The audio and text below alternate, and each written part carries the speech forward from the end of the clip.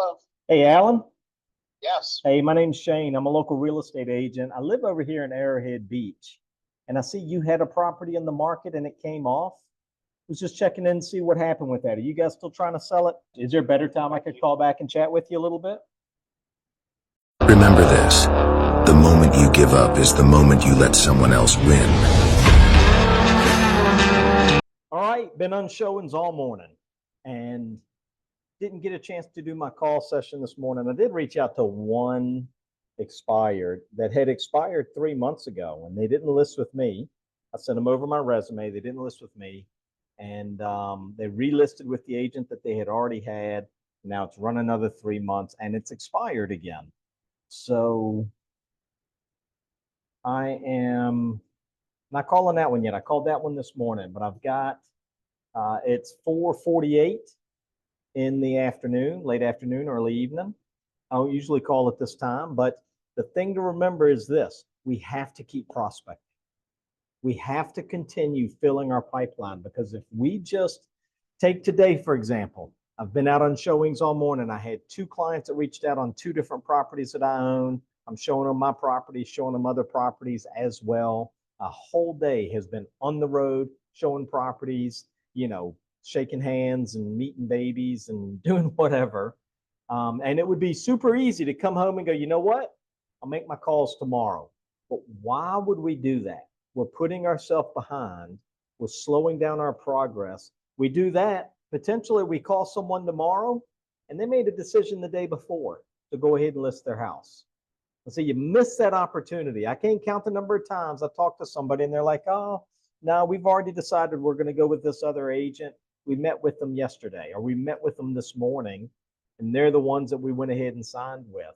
And you think to yourself, who knows? I could have got that listing if I made my calls yesterday or the day before or last week. So why take a chance? We are going to shoot some calls. Before I make this call, I'll show you guys what I'm looking at here. This is an expired property, or canceled. I'm sorry, it's a canceled property that had only been on the market 20 days. Looks like it went under contract and then came out from under contract. Find it here so I can show you guys what I'm looking at. All right, so this one is in the next neighborhood over for me. This is literally, it's a $230,000 house, 3-bedroom, 2-bath. It's literally jogging distance from my house. And it's in a waterfront community. So why not pick this thing up? Nice renovations on the inside. No reason this doesn't sell. This is interesting. This is a cedar-lined bedroom.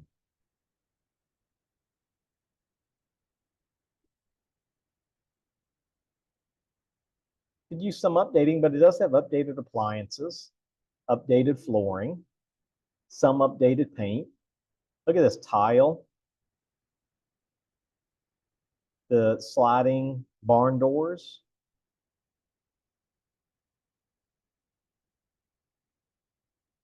Waterfront. Absolutely, this house will sell. Look at the fireplace in the living room. What is that? A little quasi basement? Looks like it. Yeah. This must be on a little bit. We don't have many basements here in Northeast North Carolina. The terrain is like a bowl. So to find one with a basement is highly unusual. Great property. Look at that. We've got drone photos of it. Not a bad job at all. So let's stop that. Let me get this back up so that I can see description and whatnot. 230,000, 1,421 square feet, built in 1967. All right, let's see what Alan has to say. Hello. Hey, Alan. Yes. Hey, my name's Shane. I'm a local real estate agent. I live over here in Arrowhead Beach, and I see you had a property in the market and it came off. Was just checking in to see what happened with that. Are you guys still trying to sell it? No, not right now. Gotcha. It looked like it had been under contract, maybe. Did it? It fell apart? I can't ready to talk about that right Gotcha. now. Family over here.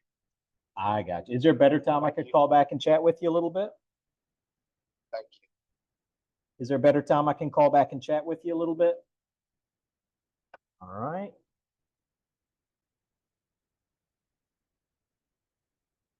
All right, so I sent Alan a text message, said, sorry I caught you entertaining family. Is there a better time to talk? And I attached my business card to it. So we will see if I get a response. I'm going to lock him in as a contact. Now, this is something that's important, guys. Whenever you get on these phones and you start reaching out to people, lock every one of them in as a contact, right? And in this case, locking them in next week. He wants me to give him a call next week. Perfect. That was a quick response too, right? So why not, right? People get upset when someone hangs up on them or is short with them or whatever. I was trying to get a little extra information from him, right? But he had said, sorry, it's not a good time. I'm with family. And he got off the phone. Rather than me getting my feelings hurt and going, oh, the guy hung up on me and moving on to something else, I went the extra step. Hey, sorry, I sent him a text message. Sorry I caught you entertaining family. Is there a better time that we could talk? And then I sent my business card. He said next week. Well, next week, why would you want to talk to me again unless you were planning on putting it back in the market? That was something that you were considering doing. Otherwise, you just wouldn't respond. Or I'd say not interested, because you get that frequently as well. So that was a great response. And now we'll plug him in for a follow-up call. So we'll say Alan canceled, because it was a canceled listing. And then we're going to say the street name, Creek Trail. Not all of these calls are home runs, and that's okay. Now we're going to go to my calendar on my phone. Today's Thursday, so we're going to call them on Monday. So my note on my calendar is call Alan about Creek Trail, was with family on first call. I'll remember this call 4 days from now with that note. That note will be enough to cause me to remember what that was about. So guys, this is how you stay top of mind, right? So that guy that I spoke with that hung up on me earlier, he sent me a text message back. Thank you for understanding. Totally get it. You got family in, you're right in the middle of something, you got to go. You may not be where you want to be yet in life, but you're also not where you used to be. Take a second to realize how far you've come. Now put your head down and get back to killing it. All right, guys, I'm standing up today because I'm excited to be doing what I love doing. Here's the thing. We could be digging ditches. We could be framing houses. We could be working a 9-to-5 job with somebody that we absolutely hate, doing something that we hate to do. Instead, we get to come in here and create our business, right? Absolutely love it. So that call that you guys just watched, most of the time when I'm doing these calls, it's like, what a fantastic call. How awesome was that call? That call was kind of garbage, right? We all get these calls. We all get these calls where we get the guy and he goes, I'm busy. Click, hangs up the phone. Done. It's over, right? And we just move on, or we try calling back. I used to do this for the longest time. I would call them back, say, hey, sorry, we must have got disconnected. What I was saying was, and what I was really showing by doing that was that I didn't give a hoot what that guy was doing. I didn't respect his time, respect anything about him. All I cared about was getting my point across. And what I've shown here is how we don't have to get our point across, right? We can respect their time, the situation that they're in, whatever the case may be. Now, that call occurred on June 6th, right? You heard in that call, he said, call me next week. So I called him back yesterday, which is Wednesday. That was Thursday, June 6th. I gave it until the following Wednesday, and I shot him a call back. That would be June 12th. So we're talking 6 days later. I get him on the phone. It's a 35-second phone call. That was a 37-second phone call. Very short phone call. Doesn't take long for somebody to hang up on you, right? So I called him on June 12th. And of course, he answered the phone. I said, Alan? He goes, yeah. I said, hey, this is Shane. We spoke last week. You were in the middle of a family thing. I'm that real estate agent over here in your neighborhood. Just wanted to touch bases. Now a good time. He goes, I'm sorry, Shane. Right in the middle of something. Now is not a good time either. Can I call you back? I said, sure, bud. Let me know. Yeah, I'm wide open. You call me whenever you're ready to talk. So I hung up, right? Moved on to other things. Today is June 13th, Thursday, June 13th, 1 week after the initial call where he hung up on me, right? I tried to set up a follow-up call and he just clicked. I don't have time. Click and hung the phone up. Today he calls me back and he goes, hey, Shane, sorry we haven't been able to connect up until now. Wanted to shoot you a call, talk to you about my property over there in Arrowhead Beach. I said, yeah, great. I remember you well. Yeah, let's talk about it. What do you have going on? He goes, well, we do want to list it again, right? We just weren't happy with our last agent, and it just didn't go the way that we wanted. So when would you be available to come by and meet us and talk to us about it? And I said, well, what are you looking like this weekend? And it was Father's Day weekend. And he goes, no, sorry, this weekend's out. Let's do Tuesday at 10:30. And I went, all right, Tuesday at 10:30 it is. I will see you there. Let me know if you need anything. This third phone conversation was 1 minute and 27 seconds. So far, I've dedicated to this guy 37 seconds, 35 seconds, and 1 minute and 27 seconds. What is that? 2.5 minutes, right? And on the initial call, he hung up. And I shot him that text message. Hey, sorry I was interrupting family time. When's a better time we could talk? Now I've got a listing appointment. So what I'm going to do before I put this whole video together, I'm going to go on that listing appointment, and then I'll come back in here and give you guys an update. Because how often do we get hung up on these phones? It is all the time. And if we just handle these situations correctly, you can convert that hang up into a listing, or at least a listing appointment. I tell you what I did here. I don't care if I get the listing or not. Of course I care, right? But here's the thing. This is such a win because I've converted a hang up into a listing appointment.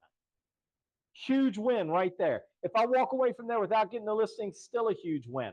After my listing appointment, I'm going to come back here. I'm going to give you guys an update, good, bad, or otherwise, right? So that you can see my process, how I create these relationships. It is all about relationships.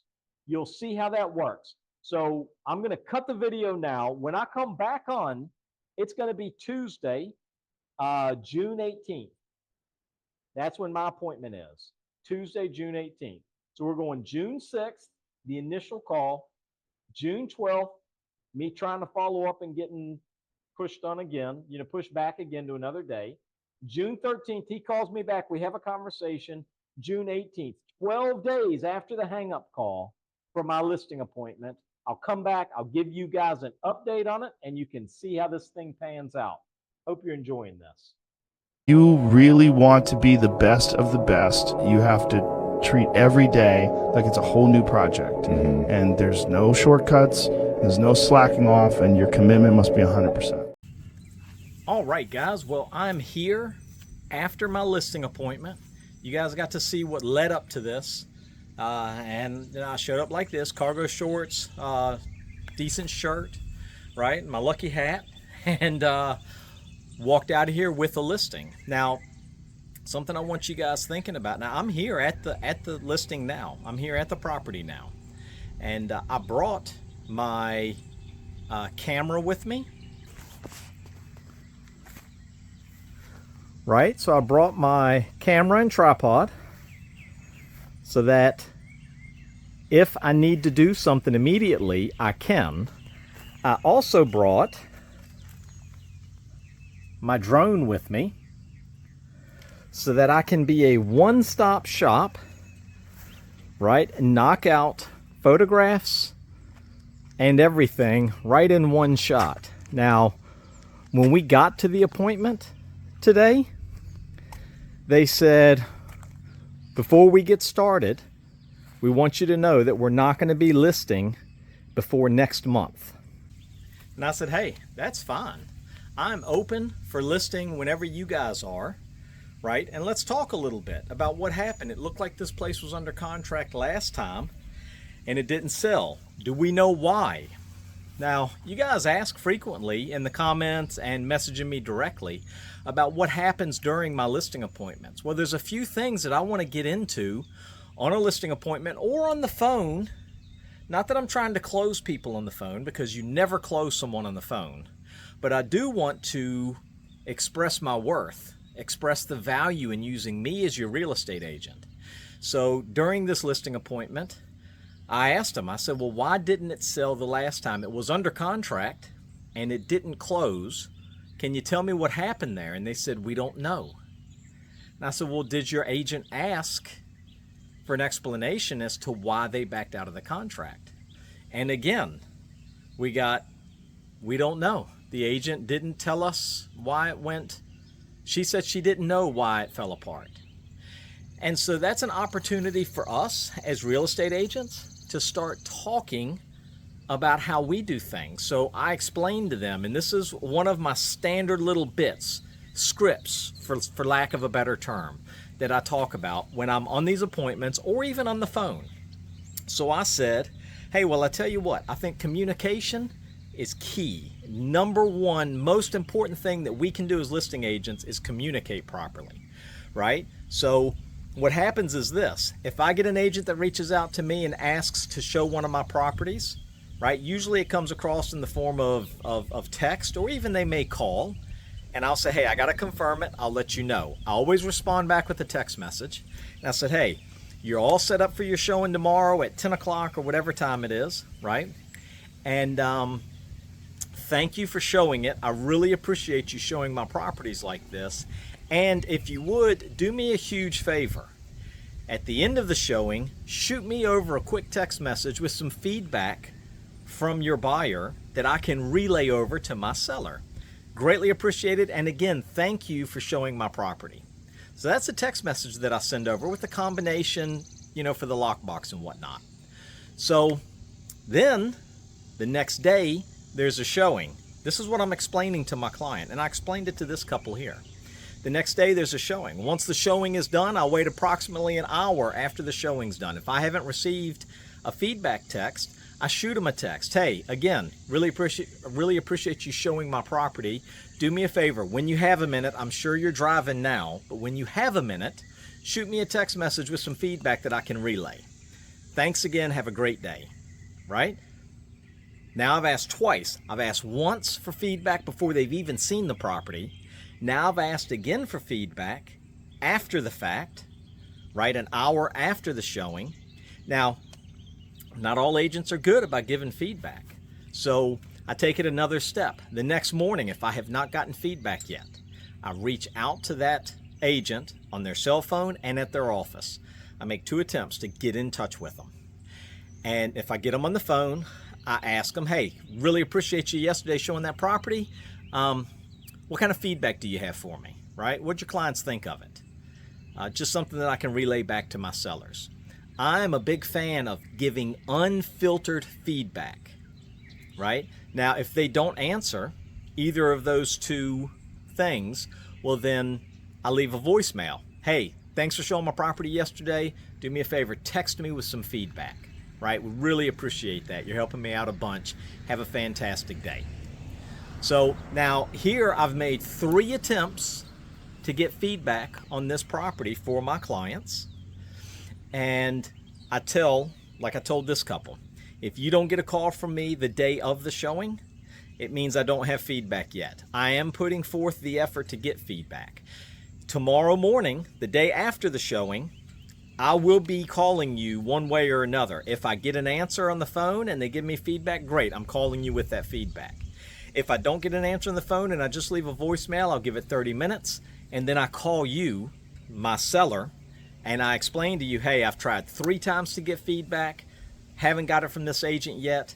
I don't want you wondering, what's going on here, but if I get feedback from them, I'll call you back and I'll give it to you.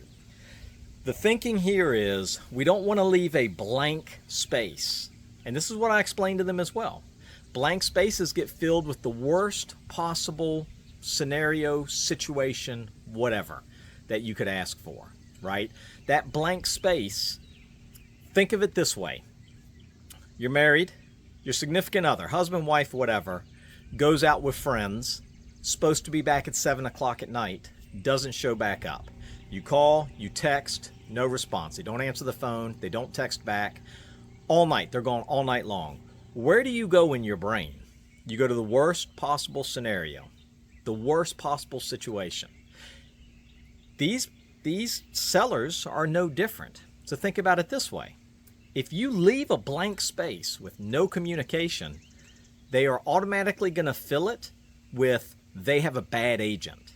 Communication is key. And I also explained to them, look, I don't filter my feedback. If I get feedback that there's an odor of cat urine in the house, then that's the feedback that I give to my sellers. Because unless we fix that, right, nothing else matters. It truly doesn't. Nothing matters beyond that point because the next person's going to have that same problem. If I try to sugarcoat it to spare your feelings, right, and to say, hey, it wasn't a good fit for them, which we hear that frequently. Agents do that frequently because they're afraid of giving bad news or hurting somebody's feelings. But by doing that, you're not eliminating the problem. The problem is still there, and the next buyer is going to experience that same problem, and the one after that, and the one after that. So you're doing a huge disservice by not giving unfiltered feedback. Something else I talk about on these preview appointments / listing appointments is the benefit of working with me. Right now, if you're watching this video, that means you're a cold caller, which means you do something that 95% of agents don't do, which is take the chance to get on the phone and put yourself out there to a complete stranger, right? That gives us a leg up on our competition. So when they ask me, how are you going to sell my property? Well, I'm going to do what every other agent does for sure. I'm going to put it on the MLS. I'm going to put it on my social media platforms. It's going to go out into the universe, and potentially someone else brings us a buyer that saw it online somewhere, whatever the case may be. And if that happens, great. But something else that I do is I have a database of people that I have worked with over the last 5 years, roughly 1,000 potential buyers or sellers in this database. And it's going to go out to my database on day number 1. In addition to that, I do something that most agents don't do. I cold call people. So I will end up pulling a list of property owners in this neighborhood, in the next neighborhood down, in the next neighborhood down from that. And I'm going to reach out to those property owners and say, hey, I don't know if you're aware of it, but I have this new listing over here, right? Fantastic place, would really be a good buy for someone. And I didn't know if maybe you had a friend or family member that would be interested in moving closer to you. And I know how much power there is in picking your own neighbor, because who wants to be stuck with that neighbor that plays loud music all night, has a bunch of junk cars in their yard, whatever the case may be? Nobody wants to be stuck with the neighbor that they have no choices on. Why not deputize everybody in the community to pick their own neighbor, right? So now we have a whole army of people looking to sell your property, Mr. Seller, right? Rather than just depending on the internet to bring it. Think about it from this perspective. When you're reaching out to people and you're allowing them the choice of picking their neighbor, think about the off-market buyers that you're contacting, right? Now we talk about off-market listings where you don't put the property on the MLS, but the property is still for sale. I'm talking about off-market buyers, which is a term that I came up with myself. I didn't hear it somewhere. I came up with it based on this process that I do. This is the way an off-market buyer works. I'm at a Christmas party last year, and my cousin, who lives 3 towns over, is like, man, I absolutely love that little neighborhood you live in. If anything ever comes up available in that, let me know. I might be interested in moving over there closer to you.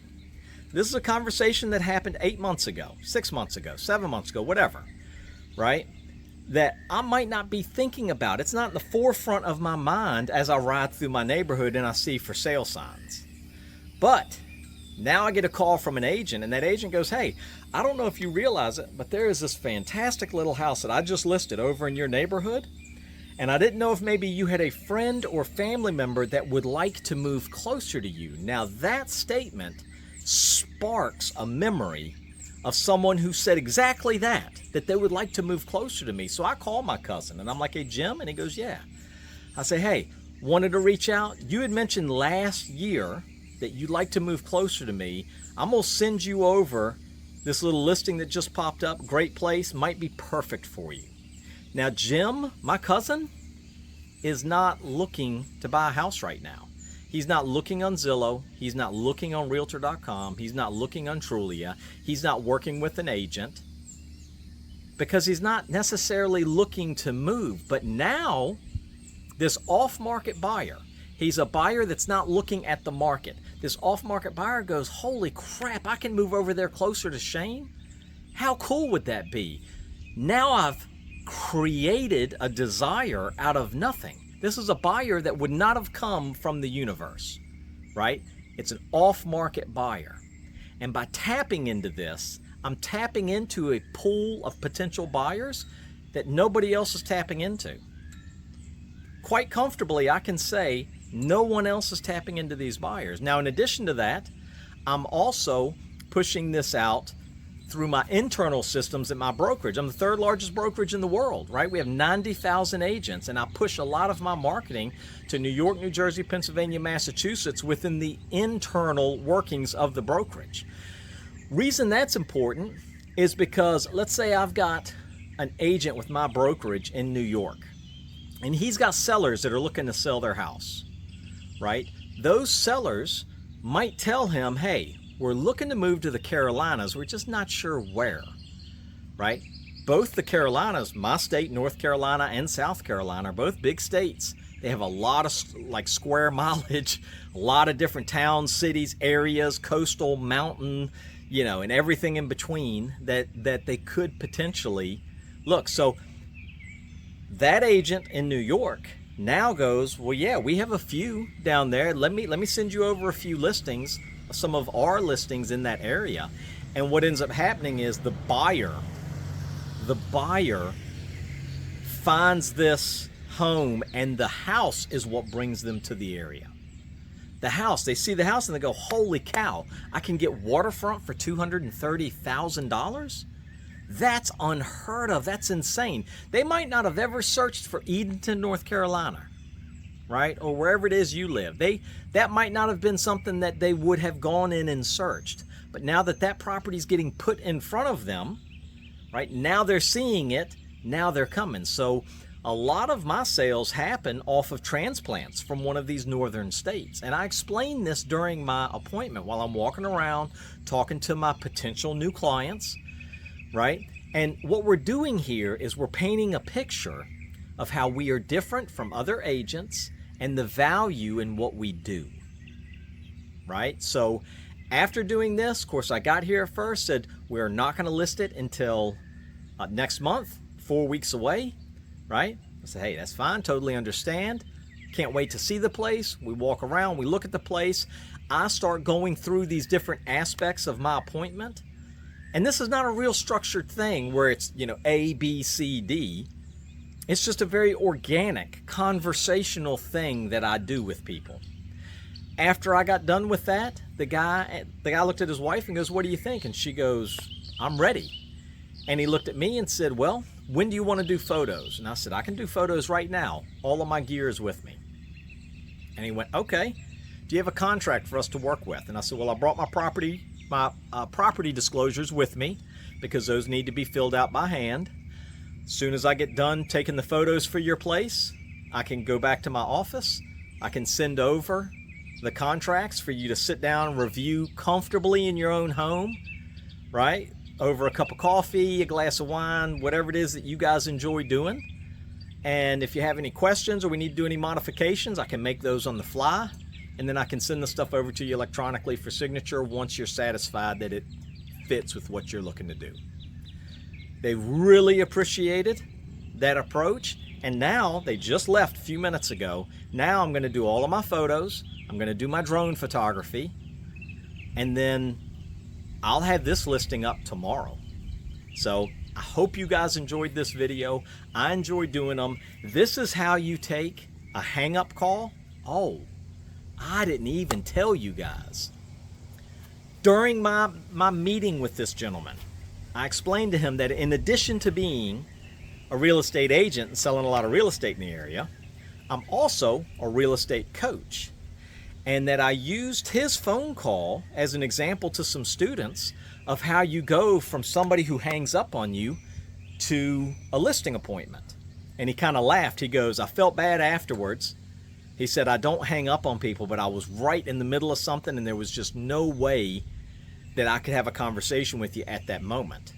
I said, well, and I took that as that learning moment. When you hung up, I told my students, look, we are interrupting his day. We have no idea what he's in the middle of. So rather than get in your feelings, rather than get upset that you got hung up on, right? Let's shoot over a text message. And if you guys remember from the video, the text message was, sorry, I interrupted family time. Is there a better time we could talk? And he said when he got that text message let him know that he had to meet with me at some point over the next week or two. Now today we're right at 2 weeks, just a day under 2 weeks from that initial hang-up call. And I went from a hang-up call, and you guys got to see the progression through these steps. Went from a hang-up call to a listing. Hope you guys enjoyed the video. I enjoy making these things. You guys would have got this conclusion, right? Whether it was good, bad, didn't get it, he didn't believe in me, whatever the case was. Because I felt the important thing here was going from hang up to a listing appointment. Now I happened to come in here and secure it, so it's a happy ending. It's easy to show the real happy endings. But what I want you guys to remember is in the beginning, I had a 37-second conversation with this gentleman. A 37-second conversation that ended in him hanging up on me while I was in the middle of speaking to him. And how often do we get hung up on and we write that person off as being unworkable and we just move on to other things? How often does that happen? I will say, from my own perspective, it's happened a bunch to me where I just didn't take it the next step. To heck with that. This is a numbers game. Let's move to the next one. Instead of doing that, here we are taking photos for our next listing and just crushing this real estate game. Separate yourself from the other agents in your market. Don't get in your feelings because you don't know what they're facing, what they're in the middle of, what's going on in their world. Don't assume that because someone is rude to you that they are a rude person. It's not necessarily true. Maybe it is. Maybe they're just a jerk and you'll never work with them. But don't assume that that is the total of what they are, right? What's the old verbiage? Don't judge a book by its cover. Well, that first call is the cover of the book. And it wasn't a great cover, but now we've ended up reading through a couple of chapters and it's a good book, right? So hope you guys enjoyed this video. I enjoy making them. Feel free, if you want to do one-on-one coaching with me, I'll offer a program, 5 one-hour sessions, one-on-one, live cold call coaching. Book a call on my Calendly below. I'd be more than happy to speak with you about what that looks like. And if you're thinking about a brokerage swap, I'm also looking to add people to my team here. I got 50 agents in 28 different states. More than happy to explain to you what that looks like and what the benefits are of it. And who knows, maybe once we get to talking about it, it's not a good fit, right? That happens just as frequently as it is a good fit. So book a call on my Calendly for either one of those two things. Hope you guys enjoyed the video. I'm looking forward to the next one. Have a fantastic day and go crush it. Sometimes God takes you on a journey you didn't know you needed to bring you everything you ever wanted. Trust the plan.